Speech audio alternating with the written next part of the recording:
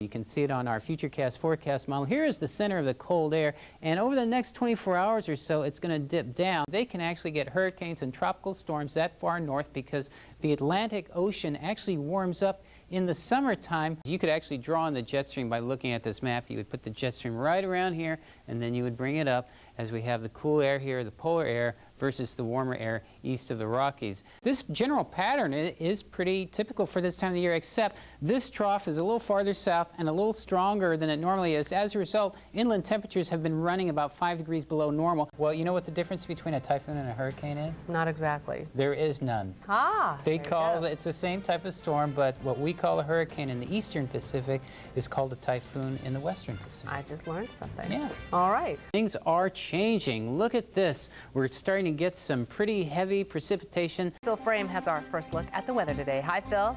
Hi, Elisa. Well, we had quite a bit of weather in Salinas this morning, but things have quieted it down. I will tell you how long it's going to last and a quick look at our weekend forecast coming right up.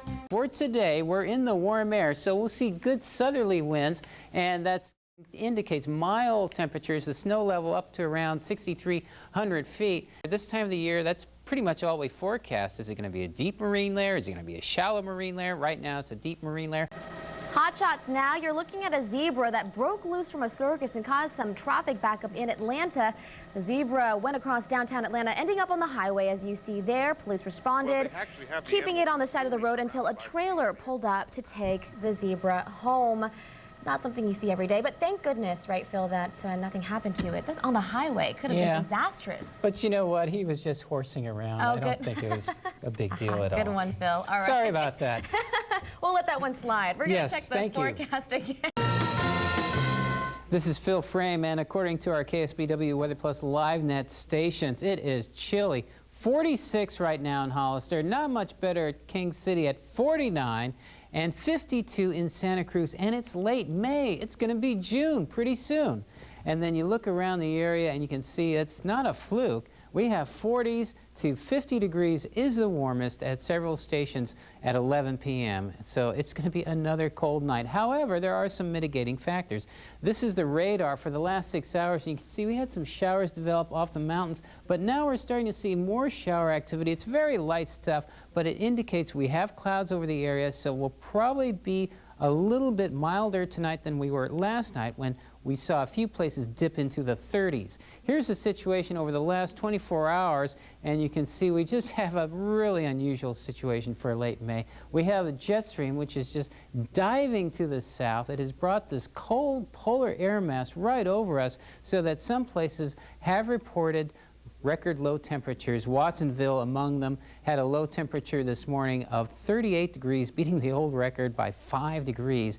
Now, according to our 5-day Futurecast forecast, here's that cold upper level low, and it is going to move out of the area slowly. We get some ridging, a little bit warmer on Monday, but then look at this. We have another upper level low that's going to move in, and we're going to get shower activity all the way down to our area probably late Tuesday night into early Wednesday, and then afterward this cold upper level low, not as cold as the one that's over us now, but still very cold for this time of the year. It's just going to drift slowly over us, so we get another couple of days of temperatures well below normal for this time of the year.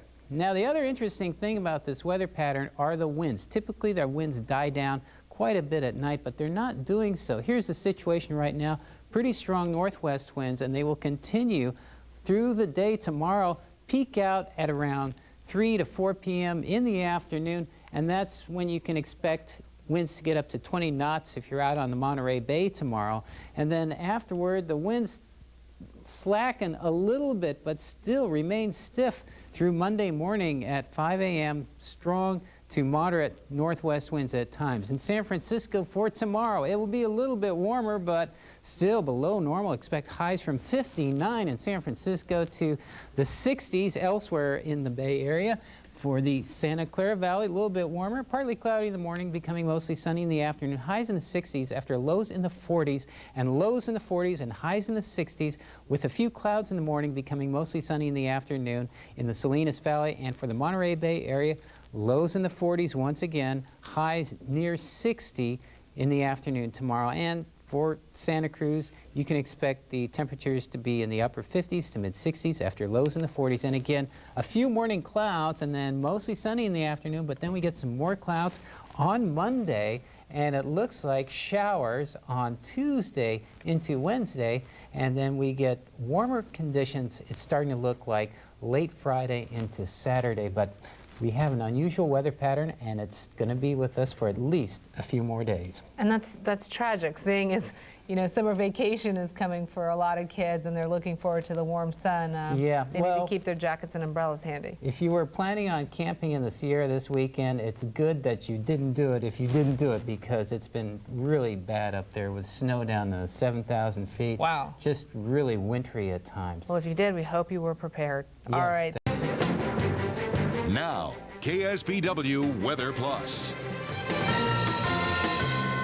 This is Phil Freeman for Carl Thormeyer, and this is the view at the Santa Cruz Beach Boardwalk. Got some clouds. It looks like the sun is trying to filter through, and it looks like also that we're going to have a mixed bag today. Now, temperatures right now at Branciforte Plaza, it is 54 degrees, 50 in Hollister, 48 King City. After warming up the last day or so, temperatures are now starting to decline as we're starting to see the return of a polar air mass, but this time it's maritime polar from the Pacific Ocean, not that continental polar that we got from Canada last week. And we have some showers left over. This is going to be diminishing throughout the day, so a lot of places we'll see some sun, we'll see some clouds, we'll see just about a bit of everything. Here's the latest watches and warnings, Matt. We still have a winter storm warning in effect through the Sierra. It's going to be a while before the conditions clear up over there. Chain controls are in effect on US 50 and I-80, so if you're going up to the Sierra today, expect delays. Now, right now, temperatures, well, we got 40s up over Northern California, 50s down into Central California. 58 in Palm Springs is the warmest temperature. As we pull back and take a look at the last 24 hours, you can see the development of a low pressure area, and then it moved in eastward, and that's what really helped to set off the rain and wind that we had yesterday. As far as our forecast goes, well, today you can expect cool conditions with that polar air.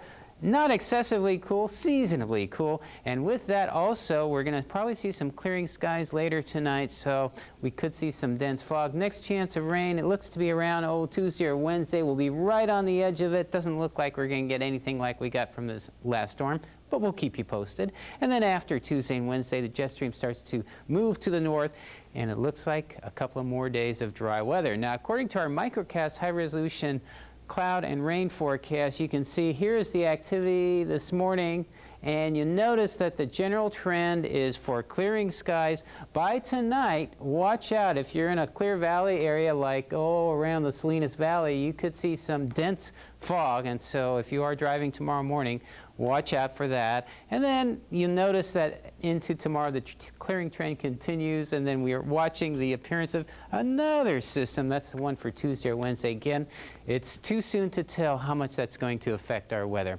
If you're going to San Francisco, though, I can tell you it's going to be partly cloudy with a chance of showers, highs in the 50s. Same forecast for the Santa Clara Valley. For the Salinas Valley, it's going to be a chance of showers, especially over the southern part of the valley. Highs today in the 50s. And for the Monterey Bay area, a little bit cooler. Chance of showers, maybe some sun, highs in the 50s. For the Santa Cruz area, temperatures in the 50s. Just a chance of showers. You'll probably see some sun, especially this afternoon. And for tomorrow, partly cloudy after patchy dense morning fog. Chance of showers or rain Tuesday and Wednesday, and then we'll just have to keep you posted. And again, watch out for the dense morning fog, especially tomorrow morning and Tuesday morning. On your drive to work Yes. or wherever, yeah, make sure to be careful. And also occasionally, when I'm driving through the fog, I see people with their high beams on, which is just Not the a good absolute idea. worst thing you could do at that point. Absolutely. So, And don't stop on the highway if you Right. get scared. Just pull over. yeah, definitely get off the roadway. Yeah, for if you're sure. afraid, I mean, it can get very dense. Right, okay. Thank you so much. Phil. Sure.